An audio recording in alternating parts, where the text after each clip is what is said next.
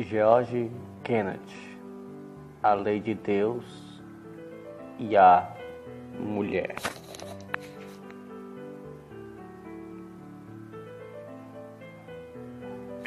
Introdução. Falaremos sobre um assunto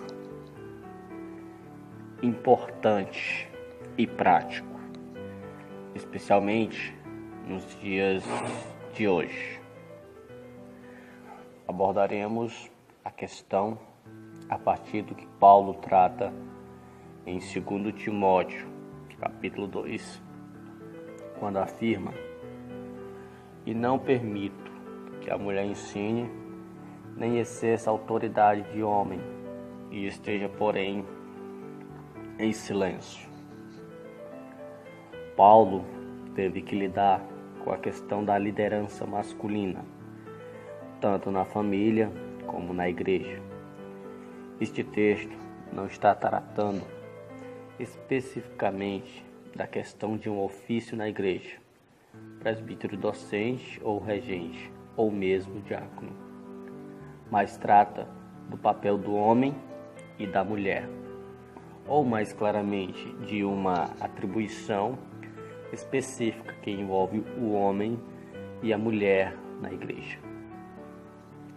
Mas no texto, Paulo também exclui qualquer possibilidade de ordenança de mulheres para o pastorado ou para o presbiterato. Ele não permite isso. Isso está claro no fato de que, se afirmarmos, baseado na Bíblia, que a mulher não pode exercer a autoridade de ensinar as Escrituras na igreja, isso consequentemente a proíbe de ser uma pastora, porque ela não pode exercer uma autoridade que é própria do homem, como diz o texto. Concluímos também, obviamente, que a mulher não pode ser eleita presbítera ou diaconisa.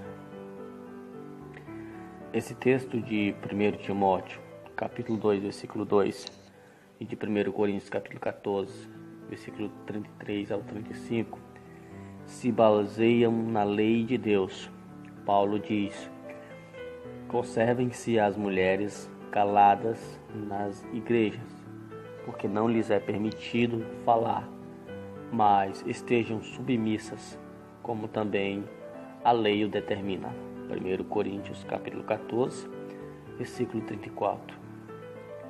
Que lei é esta? Paulo nos mostra que lei é esta quando em 1 Timóteo, capítulo 2, versículo 12, ele dá o motivo do porquê a mulher não pode ensinar a congregação, nem pode exercer autoridade de homem. Porque primeiro foi formado Adão, depois Eva. Versículo 13. Aqui, Paulo cita a lei conforme é manifestada na criação. Esta é uma afirmação preliminar, vamos ver a base para tudo isso. Criação e casamento em igualdade. Primeiro, vamos analisar a criação do homem e da mulher e como eles devem se relacionar no casamento. No relato da criação, em Gênesis capítulo 1, versículo 27, lemos: "Criou Deus, pois, o homem à sua imagem, e a imagem de Deus os criou. Homem e mulher os criou." Notemos o que Deus diz nas Escrituras sobre a igualdade entre o homem e a mulher, antes e depois da queda. São iguais em 3 aspectos. Igualdade. Tanto o homem como a mulher, ambos de forma semelhante, foram formados à imagem de Deus, embora diferentes em relação à sexualidade e no papel ou nas atribuições que cada um exerce na Bíblia. Está muito claro que homem e mulher são iguais, no sentido de que são criaturas que carregam em si a imagem de Deus. Neste aspecto, o macho não é superior à fêmea, nem a fêmea é superior ao macho. Ambos carregam igualmente a imagem de Deus. 2. Devemos dizer também que são iguais no pecado. São pecadores, porque ambos caíram em pecado. É verdade que mais adiante Paulo vai dizer que foi Eva que foi enganada, mas a verdade é que Adão, como cabeça da criação, também caiu em pecado e os dois pecaram. Então, eles são iguais como pecadores. Paulo diz: pois todos pecaram e carecem da glória de Deus. Romanos capítulo 3, versículo 23. 3. O homem e a mulher são iguais, também no sentido de serem redimidos por Jesus Cristo. Ainda no Éden, Deus prometeu o Redentor quando fala à serpente: porém, inimizade entre ti e a mulher, entre a tua descendência e o seu descendente. Este te ferirá a cabeça e tu lhe ferirás calcanhar. Gênesis capítulo 3, versículo 15. Paulo diz em Gálatas capítulo 3, versículo 24, que o Redentor veio para justificar pela fé os homens. É nesse sentido que o texto de Gálatas capítulo 3, versículo 28, se encaixa de forma correta quando Paulo afirma: desarte não pode haver judeu nem grego, nem escravo, nem liberto, nem homem, nem mulher, porque todos vós sois um em Cristo Jesus. Nós, homem e mulher, estamos unidos a Cristo e nesta condição somos iguais. O apóstolo Pedro diz a mesma coisa quando fala aos maridos como devem tratar suas esposas.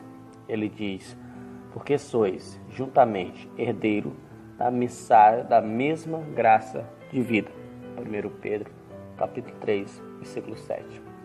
Ou seja, a esposa é a herdeira juntamente com o marido da mesma graça vivificadora. Portanto, quando a criação, homem e mulher, são iguais em serem pecadores redimidos, então homem e mulher são iguais. Por quê? Primeiro, carregam a imagem de Deus. Segundo, são pecadores. Terceiro, são criaturas salvas pela obra de Cristo. Cabeça e submissão. Atribuições diferentes.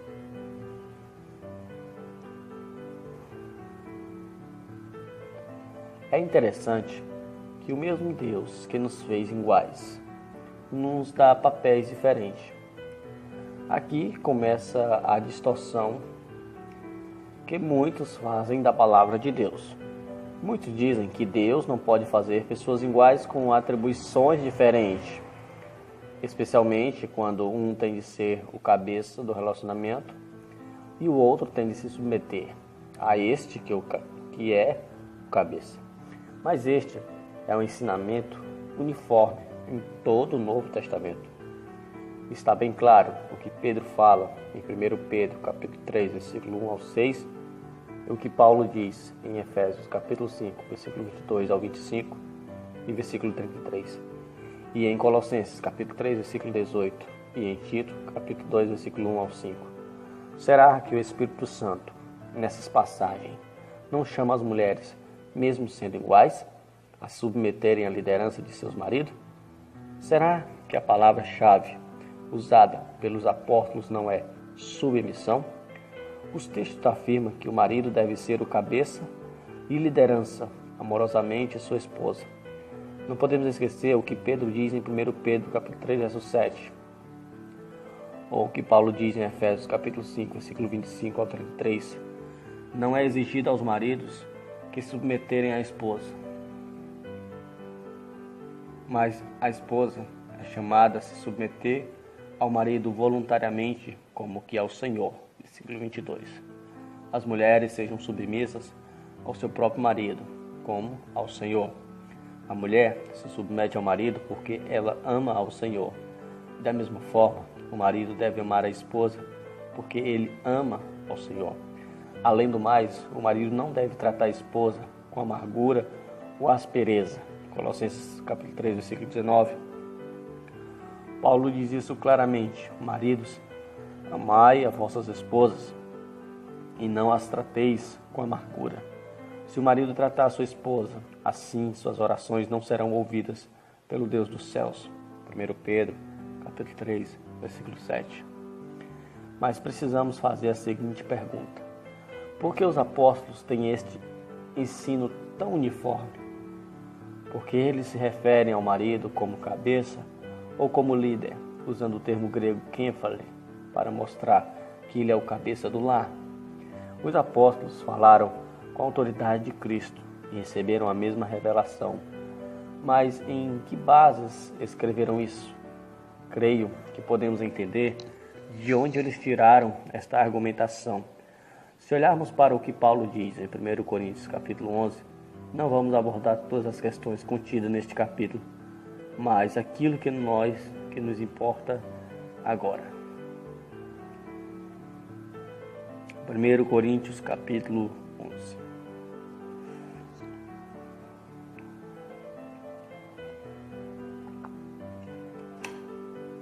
As mulheres da igreja de Corinto haviam decidido tirar a cobertura que usava na cabeça e que era o sinal de que estavam sob a autoridade masculina, e assim começaram a orar no culto público e profetizar. Paulo diz que fazer isto seria o mesmo que negar o fato de o marido ser o cabeça do casal.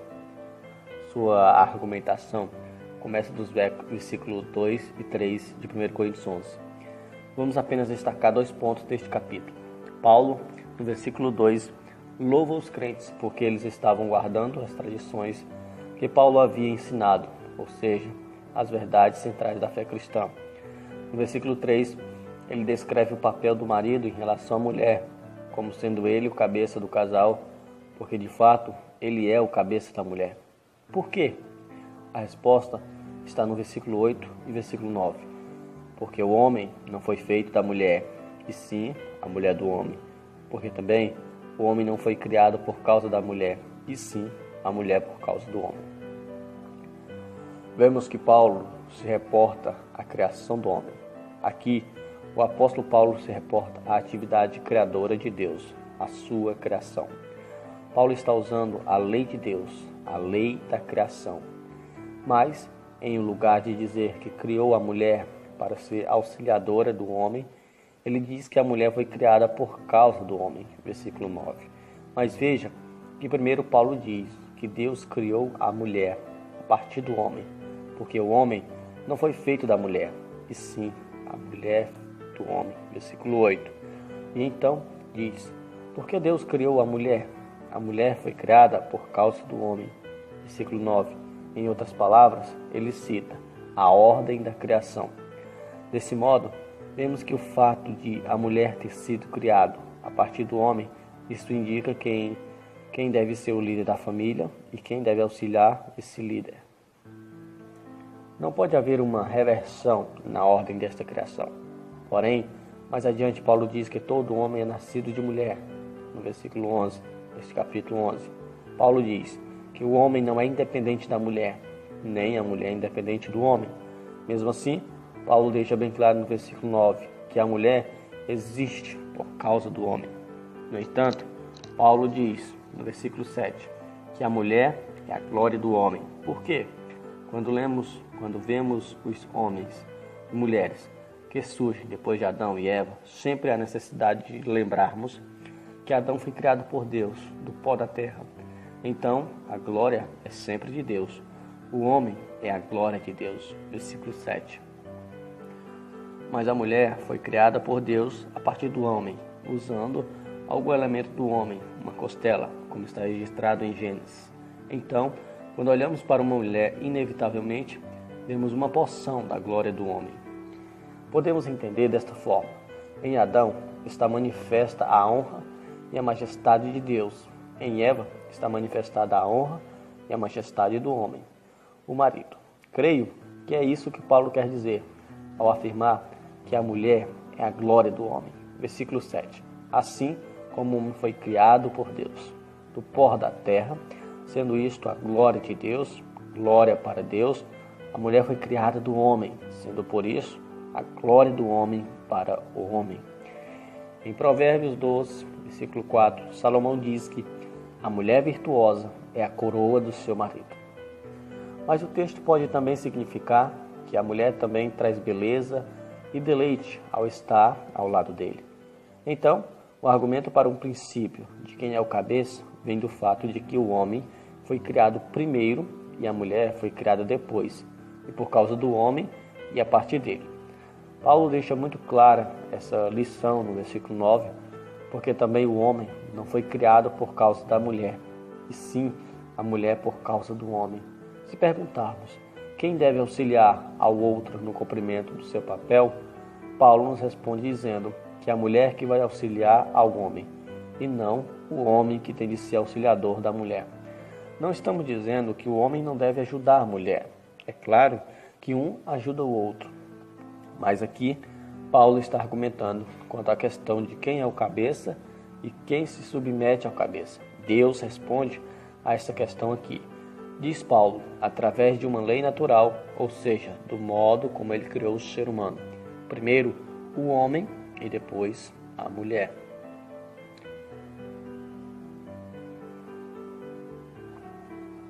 Antes ou depois da queda, o importante é que o papel do homem e da mulher é estabelecido por Deus na criação, antes da queda.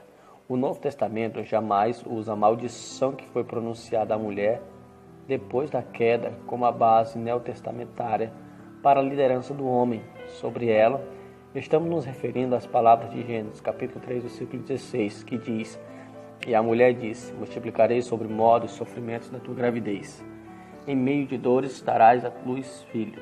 O teu desejo será para o teu marido, e ele te governará." Ora, Deus já havia estabelecido Adão como sendo cabeça no seu relacionamento matrimonial. Mas com o pecado, esse relacionamento salutar de liderança passa a ser doentio, e o homem vai dominar a mulher de forma autoritária. Esta é parte da maldição que viria sobre a mulher. Dominar de forma autoritária. A esposa não é o que Deus desejava, nem deseja que o marido faça. Isso surgiu por causa do pecado. O que Deus deseja é que o marido tenha uma liderança amorosa para com a esposa, amando-a como Cristo amou a igreja. Isto que é dito por Deus a Eva no versículo 16. Tem o mesmo caráter punitivo daquelas afirmações que garantem que a mulher terá dores de parto ou que Adão terá de cultivar o solo com o suor do seu rosto e assim obter o sustento da sua casa. Dessa forma, os três papéis ou atribuições que Deus havia dado a Adão e Eva para cumprirem-se de forma santa é afetado pela maldição pronunciada por Deus. Depois da queda, quais são essas três atribuições? Pela ordem, Gênesis 1, 28. Primeiro, sedes fecundo, frutíferos. Segundo, multiplicai-vos, enchei a terra. Terceiro, sujeitai-a. Há dois ensinos importantes nessas três afirmações. Primeiro, o papel de ser frutífero, basicamente, é cumprido pela mulher quando ela dá à luz. Isto é uma bênção. Nesse papel, que é singular, a mulher, onde a feminilidade é expressa de uma forma ímpar. Ela jamais vai se esquecer dos efeitos do pecado, à medida que experimenta as dores de parto. 2. E para Adão, aquele que é o supridor primordial da família, aquele que deveria sujeitar a terra e ganhar o pão de cada dia, ele jamais esqueceria os efeitos do pecado, quando visse que agora teria de suar o rosto para comer o seu pão, para ter o seu mantimento, e dessa forma ele experimentaria a maldição de Deus. No suor do teu rosto aponta para as dificuldades e fadigas para se ter a provisão do lar. Isso significa que ter filho é uma maldição? Significa que o trabalho em si é uma maldição? Que o relacionamento entre o homem e a mulher é uma maldição? Não, de forma alguma. Significa que aquelas atribuições e relacionamentos tão perfeitos e preciosos foram afetados pela queda e pela maldição decorrente desta queda. 1 Coríntios, capítulo 11, versículo 8 ao 9. Voltando para o texto, vemos aqui que Paulo está apelando para a atividade criadora de Deus como base do relacionamento entre o marido e mulher e do papel da mulher na igreja. Mesmo que a mulher tenha mais maturidade ou maior nível intelectual do que seu marido, mesmo assim, Deus exige que os dois cumpram os papéis que Ele soberanamente instituiu para cada um deles. Por quê? Porque Deus criou primeiro Adão e depois Eva. Deus criou Eva para ser auxiliadora idônea do seu marido, para ser uma companheira ajudadora sobre a orientação de Adão, seu marido. Por isso, Paulo diz que o homem não foi feito da mulher, e sim a mulher do homem. Porque também o homem não foi criado por causa da mulher, e sim a mulher por causa do homem. Versículo 8 e 9. Relação do pai com o filho. Paulo demonstra que este argumento norteia como marido e mulher devem se relacionar no casamento e também como devem se relacionar na igreja. Ou seja, qual o papel do homem e da mulher na igreja? Alguém poderia argumentar que isso não parece justo, porque parece que as mulheres não terão oportunidades iguais nessa situação. Parece que Paulo já percebia esse tipo de questionamento e por isso ele usa a relação do pai para com seu filho, o Senhor Jesus Cristo, para manifestar o papel que o homem e a mulher devem desempenhar. Veja o versículo 3. Quero, entretanto, que saibais ser Cristo o cabeça de todo homem, e o homem o cabeça da mulher, e Deus o cabeça de Cristo. 1 Coríntios, capítulo 11, versículo 3. Vejamos bem o final deste versículo. Quem é o cabeça de Cristo? Deus, o Pai, é o cabeça de Cristo, que é Deus encarnado. Cremos que o argumento de quem é o cabeça no relacionamento marital brota não só a partir da criação, mas também do relacionamento de Deus, o Pai, e Deus, o Filho. Isto está revelando, mais especificamente, no fato de que Deus enviou o Filho, e isto nos mostra como foi a existência de ambos. Desde toda a eternidade, Deus não está impondo sobre nós algo que Ele mesmo não esteja disposto a exemplificar. Deus experimenta na Trindade algo semelhante àquilo que Ele quer que experimentemos. Isso torna Cristo inferior a Deus, o Pai? Cristo é menos divino do que Deus, o Pai? É uma vergonha para Cristo seguir a liderança do seu Pai? Será que isso implica numa diminuição de Cristo em relação ao Pai? Qual a resposta? De modo algum, não. Lembremos que Cristo falou no seu ministério. Ele disse: eu desci do céu não para fazer a minha própria vontade, e sim a vontade daquele que me enviou. João capítulo 6, versículo 38. Sabemos que Cristo, enquanto homem, viveu debaixo da liderança do Pai. Pai e Filho suprem para nós um modelo de como marido e mulher devem se relacionar. Então, neste versículo 3, temos a seguinte analogia: Deus, o Pai, marido; Deus, o Filho, mulher. No texto de Efésios 5, onde Paulo afirma que Cristo é o cabeça da igreja, porque o marido é o cabeça da mulher, como também Cristo é o cabeça da igreja, versículo 23, temos a seguinte analogia: Cristo, marido; igreja, mulher. Mas o foco central da analogia seu amago é Cristo, que é visto como exemplo de liderança, o cabeça. Na pessoa do marido, ou como exemplo de submissão na figura da esposa, Paulo nos mostra claramente como a mulher deve se submeter à liderança que Deus estabeleceu. Seu marido, e mostrar ao marido como ele deve amar a esposa, fazendo tudo que é necessário para que ela cresça em Cristo.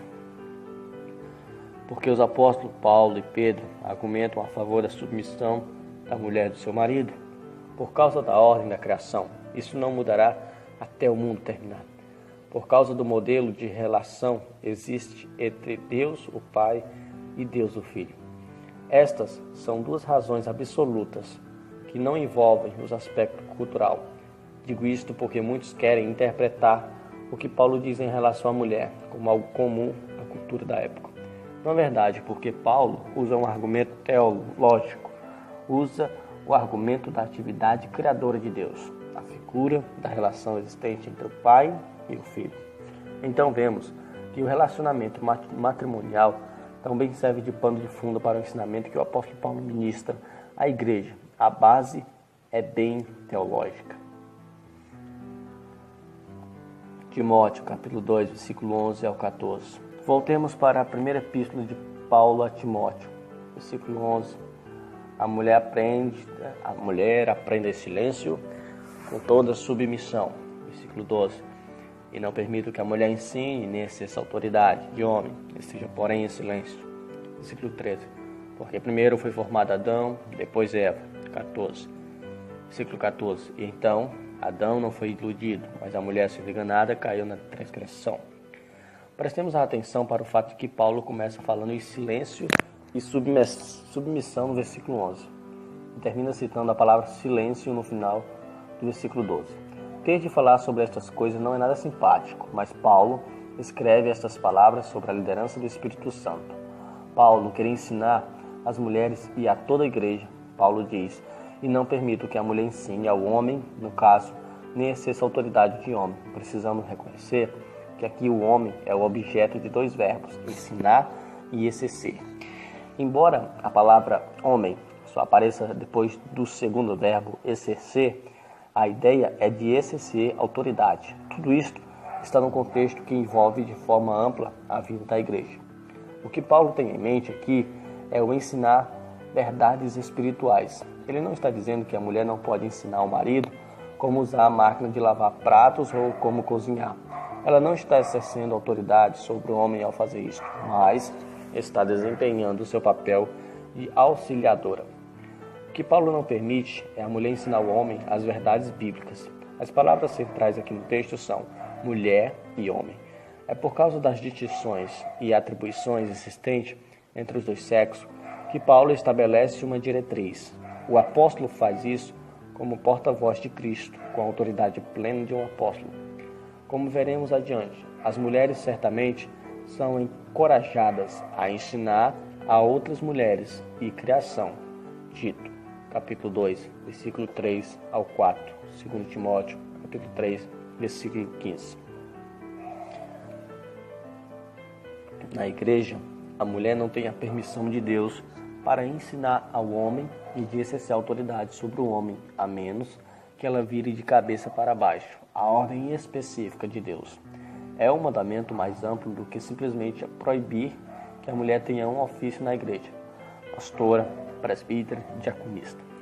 Por inferência, fica bem claro que isto também é proibido, porque uma das formas primordiais de se exercer autoridade na igreja é ensinar a igreja. Pedir que uma mulher venha à frente e ensine a toda a congregação é uma violação do que o Espírito Santo está ensinando através do apóstolo. Por quê? O próximo versículo começa com a palavra porque, ou pois. Porque primeiro foi formado Adão, depois Eva, versículo 13. Paulo aqui dá razão do por que a mulher não pode ensinar tudo, é por causa da ordem criadora de Deus. E ele diz isso muito objetivamente. Alguém poderia afirmar: se vamos nós submeter a este argumento, então as mulheres não deveriam estar submissas ao homem, e sim aos animais, porque eles foram criados primeiro do que o homem. Meus irmãos, aqui o apóstolo Paulo não está tratando simplesmente da ordem cronológica da criação. Não. Paulo fala desta forma porque tem em vista o modo como Deus estabeleceu a relação entre o homem e a mulher.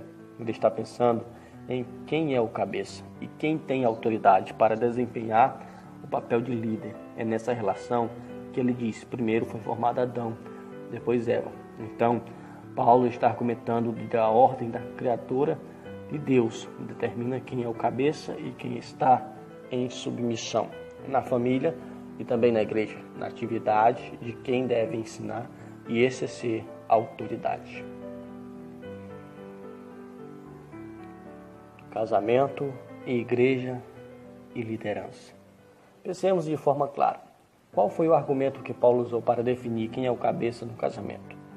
Ele usou o mesmo argumento que usou para estabelecer quem é o líder e a autoridade na igreja. Então vemos que tanto o casamento como o funcionamento da igreja estão ligados à questão de quem é o cabeça, quem é a autoridade. Adão foi formado primeiro e depois Eva. Ou seja, se abrirmos mão da liderança masculina na igreja, isso implica em que também estaremos quebrando um preceito bíblico. Quem deve assumir a liderança no lar? Os dois papéis têm a mesma base teológica.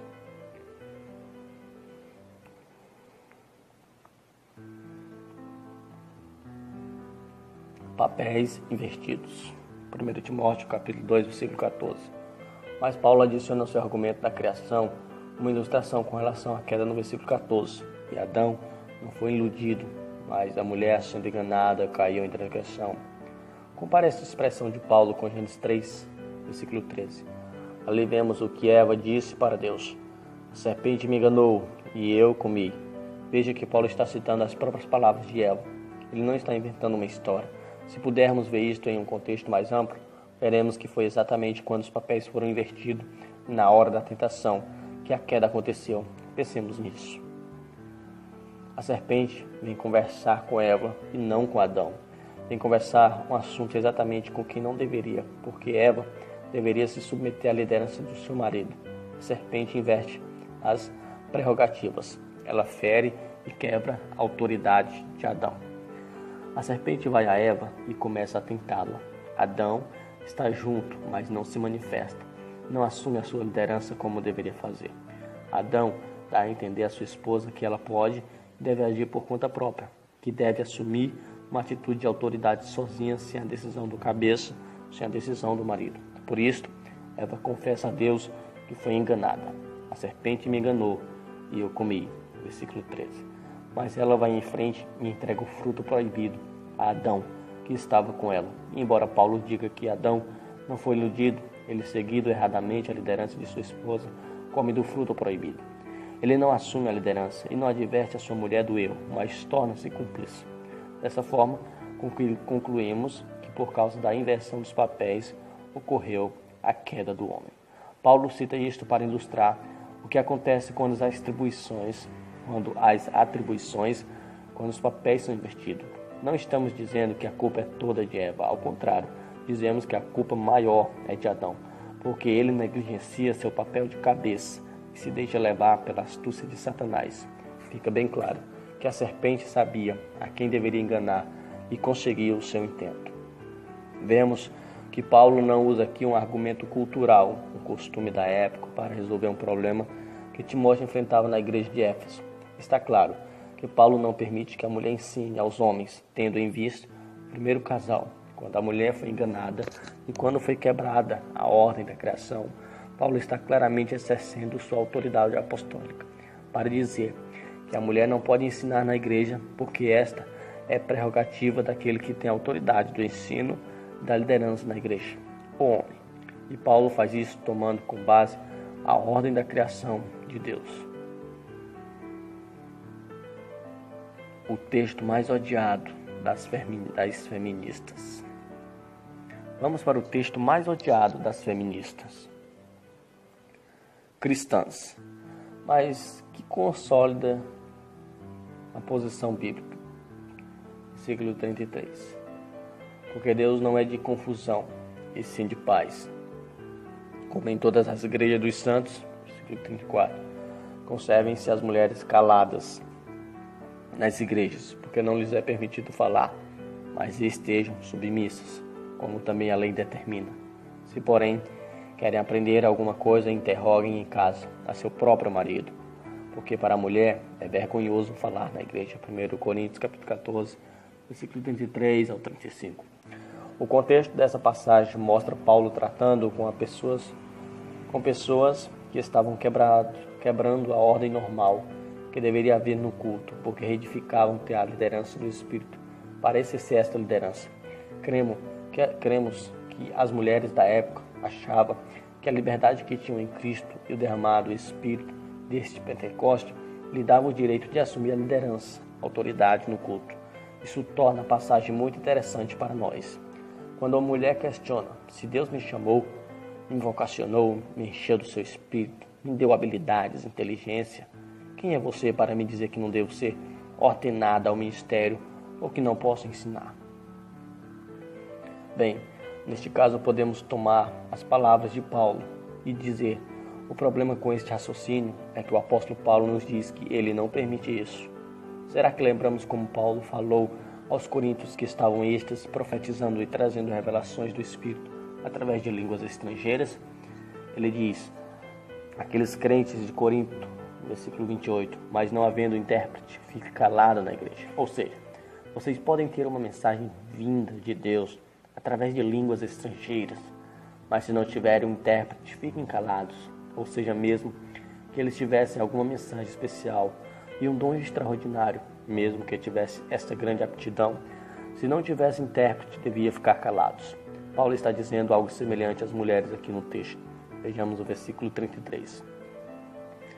Pois ele nos ensina muito. Será que Paulo está dando esta orientação apenas e especificamente para os crentes da igreja de Corinto? Sim ou não? Não. Se não era apenas para eles, era para quem mais? Para todas as igrejas de Cristo. Como em todas as igrejas dos santos. Isso nos mostra que não é uma questão cultural de Corinto ou Éfeso, é uma questão que também atinge as igrejas do Brasil e do mundo. Esse argumento é praticamente um paralelo do que vemos em 1 Timóteo 2, versículo 11 e 12. A mulher aprenda em silêncio, não fale com toda submissão. E não permito que a mulher ensine, nem exerça autoridade de homem. Esteja, porém, em silêncio, não fale. Paulo usa duas palavras importantes aqui, silêncio e submissão. Ele diz que não é permitido a mulher falar, e o contexto nos leva a inferir que ela não é permitida ensinar, especialmente se compararmos 1 Coríntios 14, 1 Timóteo 2, se olharmos para 1 Coríntios 14, versículo 26, Paulo ali descreve em breves palavras o que ela vai de tratar logo a seguir. Que fazer, pois, irmãos? Quando vos reunis, um tem salmo, outro doutrina, este traz revelação, aquele outra língua e ainda outra interpretação. Seja tudo feito para a edificação. Ele não traz qualquer instrução sobre que salmo era este, mas sabemos que, sem dúvida, era algo inspirador. Um hino inspirado, fruto de uma revelação, porque o contexto de dons extraordinário aponta para isto. Mas, nas próximas palavras, Paulo lista aquilo que ele vai tratar daí em diante. Ele menciona doutrina, revelação, língua e interpretação. Começando no versículo 27, vemos a primeira coisa que Paulo trata de línguas e sua interpretação. Não é assim que ele começa? Continuando, encontramos a palavra revelação, pois quando Paulo trata dos profetas mais adiante, ele vai falar exatamente de revelação, versículo 29, versículo 30. Mas qual é a palavra que vem antes de tudo isso no versículo 26? Doutrina, ou instrução, ou ensino. Então, em um único texto, Paulo explica de qual tema ele está tratando e intencionalmente aborda também a questão de como a mulher deve participar no culto na igreja. Isso é importante, porque não nos mostra que havia desvios daquilo que Deus estabelece em sua palavra. Temos aqui um paralelismo entre 1 Coríntios capítulo 14, versículo 3 ao 35 e 1 Timóteo capítulo 2, versículo 11 ao 14. Porém, Paulo é mais enfático quando a questão da mulher, nos versículos 33 a 35 de 1 Coríntios capítulo 14. Poderíamos perguntar, por que Paulo não usou a palavra ensinar, e sim a palavra falar? Conservam-se as mulheres caladas nas igrejas, porque não lhes é permitido falar, versículo 34. Paulo usa a mesma palavra que consistentemente usou quando e aqueles que falavam em línguas e profetizavam. No versículo 28 ele disse, fiquem calados. No versículo 30 falou, cale-se. E quando chega a mulher no versículo 34, ele também usa a mesma palavra, conserve-se as mulheres caladas. É importante sabermos que aquele que falava em línguas e aquele que profetizava, ambos estavam trazendo algum ensino para a edificação à igreja. Assim, entendemos por que Paulo usava esta mesma palavra para os três, para os que falavam em línguas, para os que profetizavam e para as mulheres da congregação. Porque Paulo diz que as mulheres não devem falar e devem estar submissas, versículo 34. Qual o motivo que ele apresenta? Resposta, a lei determina. 1 Coríntios capítulo 14, versículo 34. Que lei é esta? Se olharmos para os comentários mais antigos, infelizmente, eles se reportam à maldição decretada sobre a mulher em Gênesis 3,16. Mas é um erro. Digo isto com grande respeito por grandes pastores e presbíteros. Mas, mesmo assim, digo que é um erro. Creio que a lei que Paulo se refere aqui é a mesma lei que ele usou para a argumentação de 1 Coríntios capítulo 11, versículo 8 ao 9.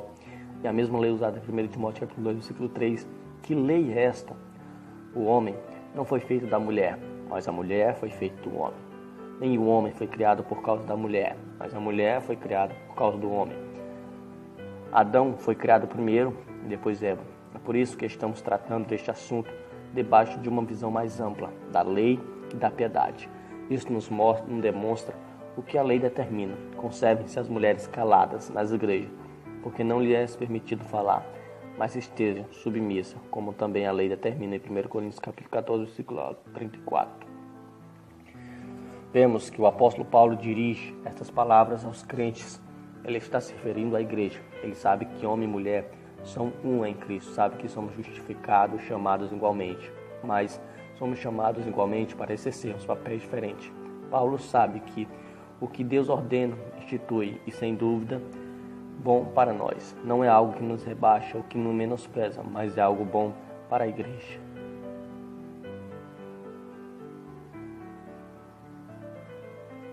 Questão prática. Aqui encontramos em uma questão prática como não violar esta ordem estabelecida por Deus quando a mulher tem alguma coisa a perguntar ou deseja aprender mais daquilo que o pastor pregou. Bem, para isto ela deve, segundo Paulo, perguntar ao marido em casa. Se porém querem aprender alguma coisa, interroguem em casa a seu próprio marido, porque para a mulher é vergonhoso falar na igreja. 1 Coríntios capítulo 14, versículo 35. Isso também vai edificar o marido, edificar no sentido de que ele tem de se preparar e ficar apto para responder e ensinar a esposa. Mas isso não impede a mulher de procurar um presbítero ou algum oficial da igreja para tirar suas dúvidas e aprender melhor sobre determinado assunto, visto que nem todos os esposos têm a capacidade para isto. O presbítero tem esta autoridade porque a Bíblia afirma que ele deve ser apto para o ensino. Isto vai impedir que alguém levante a mão e fale: quero só fazer uma pergunta. Será que isso significa simplesmente fazer uma pergunta ou significa ter o direito de usar o tempo para debater e ensinar alguma coisa? Ou expor sua posição ou ainda confrontar aquele que ensina? Charles Hodge, comentando este versículo, diz: não podemos reprimir o desejo que a mulher tem de aprender, nem devemos negar-lhe a ajudar quanto à sua melhor instrução. Podem perguntar tanto quanto desejam, sem, contudo, fazê-lo em público, porque para a mulher é vergonhoso falar na igreja. A palavra usada significa no grego algo que é feio, deformado. Paulo está aqui preocupado com a ordem externa do culto, mas especialmente com a imagem da mulher diante da congregação, que ela não age de forma indecorosa, que não seja vista com desonra e que sua piedade seja preservada. Há uma versão em espanhol que diz assim: porque desonesta coisa é falar uma mulher na congregação. Profetizar. Você poderia perguntar: se Paulo diz em 1 Coríntios, capítulo 11, versículo 5, que uma mulher podia profetizar na igreja naquela época, por que ela não pode pregar hoje? Bem, poderíamos simplificar aqui dizendo que naquela época havia profetisas que recebiam revelações e podiam profetizar na igreja, mas hoje não temos mais na igreja os dons revelacionais. Sendo assim, reivindicar o direito da mulher falar na igreja, tomando como base este fato, não procede, porque as revelações cessaram. Mas alguém respondeu assim: nos comentários de Calvino, ele vê dois problemas em Corinto. O primeiro era a questão do véu, e o segundo, o problema da mulher falar publicamente na igreja. O tratamento de Calvino é: no capítulo 11, ele trata do problema do véu, e no capítulo 14 ele lida com a questão da mulher falar em público no culto. Isto levanta a pergunta: por que o capítulo 11 Paulo fala de mulheres orando e profetizando? A resposta é a seguinte: Paulo lidou com este problema um de cada vez. Paulo não misturou os dois problemas. Primeiro lidou o problema do véu, depois ele tratou do falar das mulheres. Quando chega ao capítulo 14, Paulo deixa bem claro que é impróprio para a mulher falar em público. Alguns explicam este ponto dizendo que profetizar no contexto de receber revelação e repassar para o povo é algo passivo e não necessariamente significa usar de autoridade. Mesmo assim, como dissemos anteriormente, como não existe mais profetismo em nossa época, isso fica descartado. Mas creio que esta explicação fica a dever quanto à questão de a mulher orar em público ou mesmo de profetizar, porque o texto diz que a mulher podia profetizar e orar na igreja, contanto que tivesse a cabeça coberta. Como resolver a questão? O mais coerente é afirmar que Paulo, 1 Coríntios, capítulo 11, versículo 5, está ditando uma orientação específica com respeito a uma das irregularidades que ocorriam na igreja de Corinto. Dentre tantas outras, a mulher não estava manifestando submissão e consideração por seu esposo, quando ela não cobria a cabeça, diz Calvino. Outro fato importante é que o texto de 1 Coríntios, capítulo 14, versículo 34 a 35, Explica o texto em 1 Coríntios capítulo 11, versículo 5. Esta é uma regra de interpretação sadia. O texto, claro, explica o obscuro. Mas há ainda outro dano importante. Paulo diz que isto era comum a todas as igrejas dos santos. Eles nos mostram um fato histórico importante. Por que este fato histórico é importante? Porque quando consideramos o princípio regulador do culto, não só devemos fazer aquilo que a Bíblia ordena explicitamente, mas também o que podemos inferir exegeticamente do texto.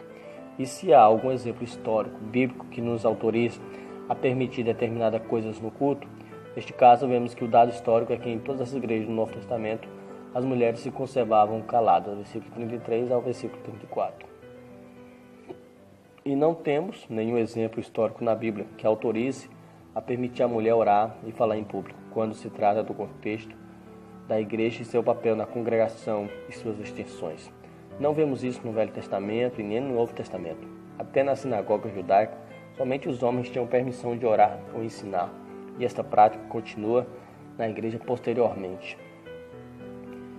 Há quem diga de forma mais simples que Paulo proíbe porque seria apenas sua opinião pessoal, mas Paulo proíbe porque tem razões divinas para isto.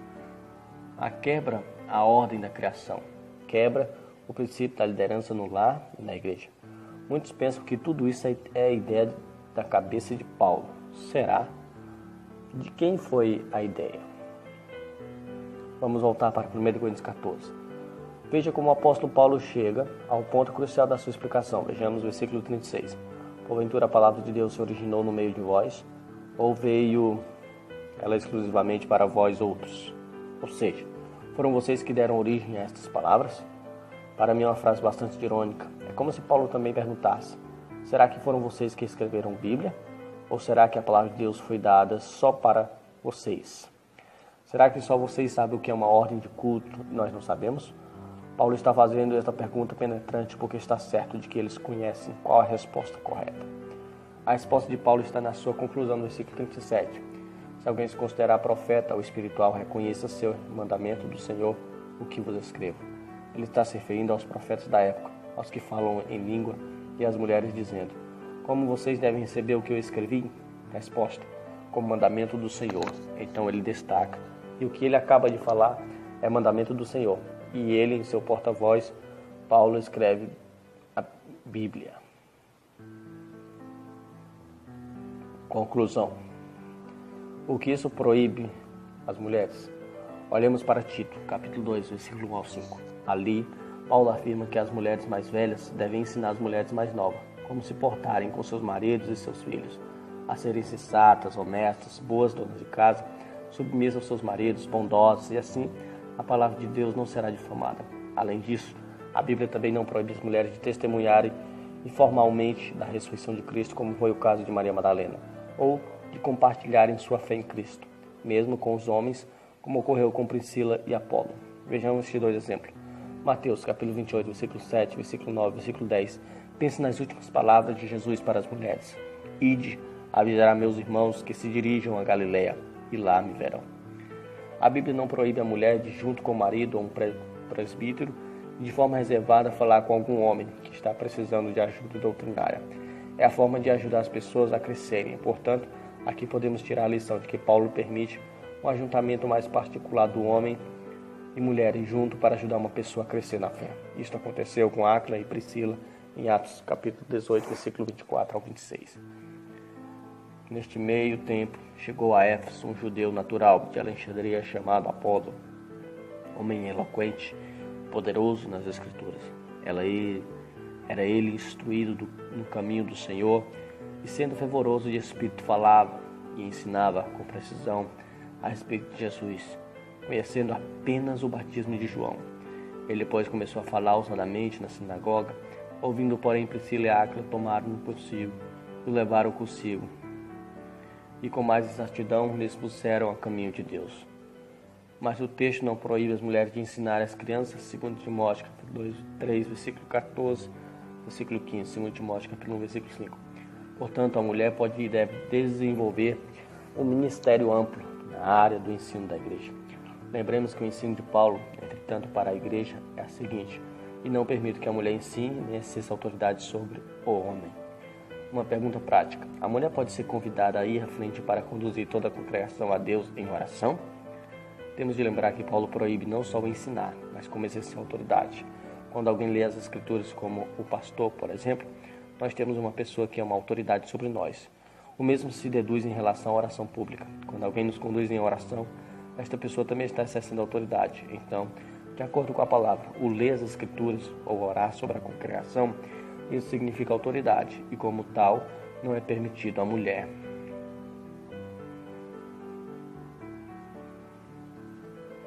O que diz John MacArthur sobre 1 Timóteo, capítulo 2, versículo 8? John MacArthur, em seu livro Homens e Mulheres, da editora Textus, na página 121 e página 123, comenta o versículo: quero, portanto, que os varões orem em todo lugar, levantando mãos santas, sem ira, sem animosidade. 1 Timóteo, capítulo 2, versículo 8, dizendo. Em 1 Timóteo, capítulo 2, versículo 8, Paulo abre a discussão com esta tarefa dos homens. Quero, portanto, que os varões orem em todo lugar, levantando mãos santas, sem ira, sem animosidade. Esse texto estabelece a base para o chamado à oração.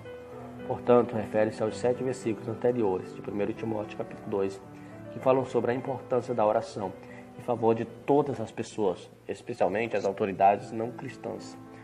A responsabilidade única de se oferecer oração pública em favor dos pedidos é uma obrigação especial dos homens. O contexto imediatamente anterior deixa claro que a questão é a salvação. A palavra grega traduzida como varões, no versículo 8, refere-se ao homem não no sentido genérico, mas em gênero masculino. Os homens devem liderar quando a igreja se reúne para adoração corporativa. Na sinagoga judaica, somente os homens tinham permissão de orar, e essa prática continuou na igreja posteriormente. A expressão grega traduzida em todo lugar refere-se a uma assembleia oficial da igreja. 1 Coríntios capítulo 1, versículo 2, 2 Coríntios capítulo 2, versículo 14, 1 Tessalonicenses capítulo 1, versículo 8. Paulo estava dizendo que, independente de ordem, de onde a igreja se reúne oficialmente, homens selecionados devem liderar a oração pública.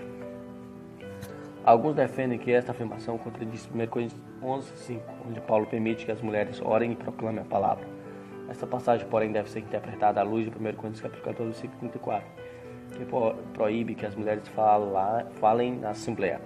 Além disso, conforme vimos no capítulo 2, as mulheres têm permissão de orar e anunciar a palavra, mas não quando a igreja se reúne no culto oficial. Isso de forma alguma marca a mulher como espiritual e inferior. Gálatas 3, 28. Nem todos os homens pregam a palavra na assembleia, mas só aqueles que foram chamados e qualificados para isto. Levantando mãos santas, sem ira, sem animosidade. É específica como os homens devem orar. Os israelitas tinham o costume de erguer as mãos quando oravam. Veja, por exemplo, Salmo 134, versículo 2. Como um gesto que indicava a oferta de oração e prontidão em receber a resposta. A ênfase do mandamento de Paulo está em santidade. Assim, permanece com uma metáfora expressando a vida pura. Aqui vemos uma qualificação específica dos homens selecionados para liderar uma oração no culto público. Devem ter uma vida santa. Sua atitude interior é sem ira e sem animosidade. Os líderes eclesiásticos não devem ser caracterizados pela raiva, pela disputa. Devem ter orações amáveis e pacíficas.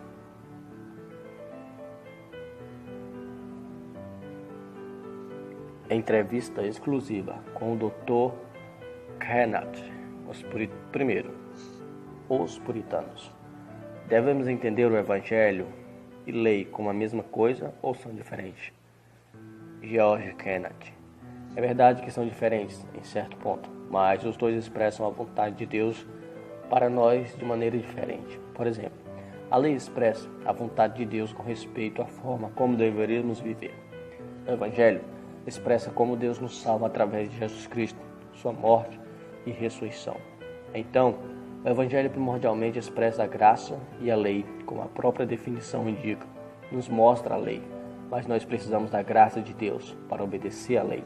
Assim, os dois, à primeira vista, são diferentes, mas os dois têm suas origens em Deus e expressam a sua vontade. Os puritanos. Como os crentes do Velho Testamento eram justificados. Kenneth. Eles eram justificados olhando para o Messias, que havia de vir. Eram justificados expressando sua fé nesta promessa, oferecendo sacrifício, até que o perfeito sacrifício veio levando assim a ira de Deus, que era a punição dos seus pecados. Dessa forma, Deus pode perdoar os seus pecados. Resumidamente, poderíamos dizer que eles foram justificados exatamente como somos justificados no Novo Testamento. Eles punham sua fé em algo que estava sendo antecipado. E nós que vivemos depois do cumprimento da promessa somos justificados olhando para o que foi cumprido, o que encontramos na palavra de Deus, e que eles foram salvos tendo fé na mesma esperança que temos. Conforme está em Romanos capítulo 3, versículo 21 ao 26, vemos no versículo 25 e 26. Por ter Deus, na sua tolerância, deixado impune os pecados anteriormente cometidos, tendo em vista a manifestação da sua justiça no tempo presente, o que parece ter sido algo simplesmente deixado de lado. Na verdade não foi, mas simplesmente tido como algo real, um tempo antes do cumprimento efetivo. Podemos ver isso com tanto os crentes do Velho Testamento como do Novo Testamento, justificado com base no mesmo ato, sacrifício do Senhor Jesus. Os puritanos. Então a palavra-chave aí é propiciação. Kenneth. Sim, sem dúvida. A palavra-chave aqui é propiciação, porque significa carregar a ira de Deus. Assim, por meio desta obra realizada por Cristo, propiciatória, Deus poderia ser justo para justificar os puritanos. Porque Paulo diz que as mulheres devem ficar caladas na igreja, no culto, porque a lei o determina. Que lei é esta? Kenneth. De fato, o apóstolo Paulo diz em 1 Coríntios capítulo 14, versículo 34, 1 Timóteo capítulo 2, versículo 11 ao 12, que as mulheres não devem ensinar, exercer autoridade sobre os homens. Elas não devem escrever claramente lei é essa, mas em 1 Timóteo 2,14 ele descreve e mostra que a lei está se referindo. Percebemos que ele está se referindo ao mesmo assunto, exatamente porque ele está tratando da questão de comportamento da mulher na igreja. Paulo se refere à criação, mostrando que Adão foi criado primeiro e depois Eva. Então, esta lei se refere ao ensino de Gênesis, quando expressa a vontade de Deus na criação. Podemos então entender que esta lei compreende as ordenanças de Deus para o homem, no casamento, no trabalho e em toda a sua vida, como devem agir segundo a vontade de Deus. Ele não está citando aqui a maldição que foi impenetrada por Deus a Eva. Não está falando que nós devemos ter esse tipo de relacionamento, porque o pecado trouxe esta consequência. Mas, na verdade, o que ele está falando é que esta ordenança de Deus é o que Deus tem estabelecido para o relacionamento do homem e mulher, particularmente no casamento, como estrutura desde a criação do mundo. Esta é a razão porque não somente o apóstolo Paulo, mas também o apóstolo Pedro estabelece esta mesma regra para o relacionamento de homem e mulher. Eles fazem isso mostrando a verdade ética do Evangelho. Podemos ver também esta mesma lei ética das ordenanças dadas por Deus expressa em 1 Coríntios 11. Da mesma forma ali, o apóstolo Paulo cita no versículo 8 e 9 as ordenanças de Deus na criação. Esta ordenança da criação é citada em 1 Coríntios 11 e 1 Timóteo 2. Uma coisa importante a notar neste assunto é que o relacionamento de marido e mulher é baseado nesta ordenança dada por Deus desde o início. Precisamos notar também que o apóstolo Paulo estende isso para o exercício das atividades da mulher na igreja, especialmente proibindo que ela seja pastora, presbítera, diaconisa ou exerça qualquer tipo de atividade ou um ofício que dê autoridade sobre os homens, usando o mesmo argumento da criação. Desta forma, se observarmos e guardarmos aquilo que Deus ordena desde a criação, como deve ser o relacionamento de marido e mulher, necessariamente vamos concluir que a mulher não pode exercer qualquer tipo de atividade ou ofício da igreja que venha exercer autoridade sobre o homem ou marido. Os puritanos. Podemos então concluir que isto não era algo apenas para Coríntios, mas também para as outras igrejas dos santos. Kenneth. Claro, podemos perfeitamente concluir isto, primeiramente porque uma ordenança da criação é para todos, e segundo, porque Paulo expressa isso de um modo muito claro em versículo 33, dizendo que esta era a prática para todas as igrejas. Os puritanos. Paulo em Gálatas diz em Cristo: homem e mulher são iguais. Isto não seria argumento para a ordenança de pastores e presbíteros? Kenneth. Alguns tentam usar este argumento para tirar esta conclusão, mas acho que estão errados por alguma razão. Se fizermos esta conclusão, vamos fazer Paulo contradizer a si mesmo. Paulo escreveu a carta aos Gálatas de 1 Coríntios, 1 Timóteo. Temos que entender o que ele diz em Gálatas em contradição com o que ele diz nas outras epístolas. A maioria dos comentaristas e estudiosos que comentam essa passagem estão de acordo com este pensamento. O que o versículo quer dizer é que homem e mulher são iguais, porque foram salvos e unidos a Cristo da mesma maneira. Alguém poderia dizer que nossos filhos são salvos da mesma maneira que os pais são, e isso validaria o mandamento que diz que as crianças devem honrar seus pais e obedecê-los. Podemos usar o mesmo argumento quando a relação de marido e mulher. Precisamos notar que a Bíblia fala de duas coisas primordialmente importantes sobre o relacionamento de marido e mulher. São iguais como sendo pecadores e pessoas salvas em Cristo, mas têm diferentes funções dadas por Deus. É bom lembrar que o Senhor Jesus Cristo tem uma função diferente como filho diante do Pai. Em 1 Coríntios 11:3, Paulo diz que Deus, o Pai, é o cabeça de Cristo, mas diz a mesma coisa ao afirmar que o marido é o cabeça da mulher. Os puritanos. O argumento usado por Paulo de que a mulher não pode ensinar o homem na igreja é cultural ou teológico, doutrinário? Kennedy. Eu teria de dizer que o argumento que Paulo usa é bíblico, teológico e não cultural. É o argumento usado às ordenanças de Deus na criação. Mesmo que não fosse assim, teríamos que olhar para o texto e ver no contexto a conclusão de que o texto diz e não o que supostamente pode dizer. Há muitos argumentos que se usam para se tentar dizer que o texto é cultural. Alguns acham que talvez Paulo estivesse sugestionando por uma má influência judicial, ou que Paulo estivesse usando este argumento de proibir a mulher de ensinar o homem por uma influência cultural da cidade de Éfeso, e que ele teria proibido a mulher de falar em Corinto, porque a igreja estaria muito influenciada pelo carismatismo. Outros usam o argumento cultural simplesmente dizendo que a cultura grego-romana não admite a supremacia da mulher sobre o homem, mas na verdade o que temos de perceber é que todos esses argumentos culturais que são dados não são bíblicos. Paulo usa simplesmente o argumento da criação, de que Adão foi criado primeiro e depois Eva, fala da ordenança de Deus e nada mais. Então temos de nos curvar diante do que o texto diz, porque a ordenança de Deus não é influência cultural. Os puritanos. Mas se o pastor da igreja autorizasse a mulher a pregar ou ensinar na igreja ao homem, se ela estivesse sob a autoridade do ministro, ela poderia agir assim? Kennedy. Muitos usam esse tipo de argumento, mas o que temos de perceber é aquilo que Paulo diz. Não permito que a mulher ensine, nem que exerça autoridade sobre o homem. 1 Timóteo capítulo 2, versículo 12. Se o pastor desse autoridade, ele teria mais autoridade do que Paulo. Os puritanos.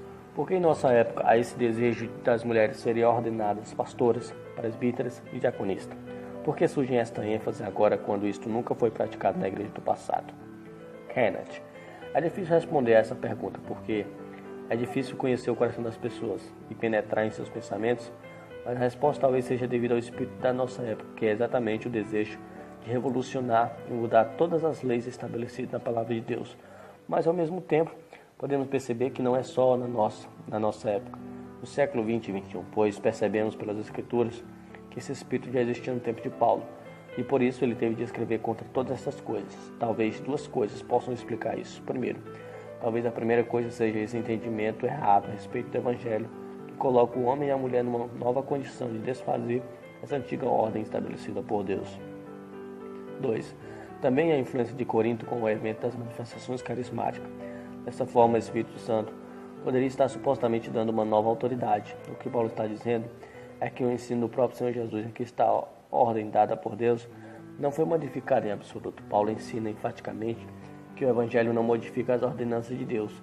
Diz que o dom de falar em línguas e de profetizar das mulheres para colocar as coisas em ordem. Ele explica em 1 Coríntios 11 que isso não significa que a mulher mudou sua posição em vista disso. Paulo lida com a questão do entendimento errado do Evangelho em várias formas. É lógico que ele deveria escrever até mesmo para os que foram frutos de seu ministério, os que com ele se converteram, para que não entendessem de modo errado o Evangelho. Temos de fazer a mesma coisa e não ter medo, tratar do assunto com cuidado e lembrar que nós temos de seguir o exemplo do grande apóstolo Paulo. 10. Os puritanos. Então, o argumento pragmático de que a mulher, com grandes habilidades, até mesmo maiores do que do homem, não justifica o exercício de autoridade de ensino sobre os homens? Kennedy. É exatamente o que o apóstolo Paulo está condenando em 1 Coríntios 14. Algumas mulheres já chegaram para mim dizendo que receberam o chamado de Deus para o ministério, que Deus lhe capacitares e lhe deres dons para o ministério mais do que as seminaristas homens. É o mesmo caso das esposas. Já tive a oportunidade de ver mulheres que são mais inteligentes e habilidosas do que seus maridos, mas não veremos em lugar nenhum na Bíblia que a mulher tem que, por isso, ser a cabeça do homem. O mesmo argumento serve para a vida na igreja. Eu quero encorajar essas mulheres a ensinarem outras mulheres e as crianças, mas não tentarem invalidar o mandamento apostólico, tentando exercer autoridade sobre o homem. Quero ainda dar um conselho às esposas cristãs que ajudem no desenvolvimento da liderança dos seus maridos, inclusive pedindo-lhes que eles façam o culto doméstico e exerçam sua liderança. Tenho visto muitos maridos serem abençoados pela ajuda de suas esposas. Sei que essas mulheres, que são muito inteligentes, sábias e piedosas, vão querer fazer exatamente assim. Os puritanos. O que diria para os líderes das igrejas evangélicas históricas que em nossos dias estão defendendo a ordem feminina? Que conselho eu daria? Kennedy. Como americano e tendo experiência de lá da América, acho que posso dar um conselho aos brasileiros. Também porque o Senhor me chamou para ser um pregador do Evangelho e ministrar sua palavra a todas as nações. Tenho colocado esta posição e também te coloco aos meus patrícios americanos. O que diz a palavra de Deus e o que ela ensina sobre isto? Quero encorajá-los a lembrá-los que a palavra de Deus ensina, é o que Deus ensina, é a verdade e deve ser obedecida e seguida. É o melhor que os homens e mulheres fariam. Quero aconselhar a não sermos influenciados pelo espírito desta época e, como seguidores que somos da tradição reformada, continuarmos firmes guardando os ensinos das Escrituras. Meu desejo é que todos fiquem firmes no ensino do apóstolo Paulo e persuadidos da verdade, conforme está na palavra de Deus.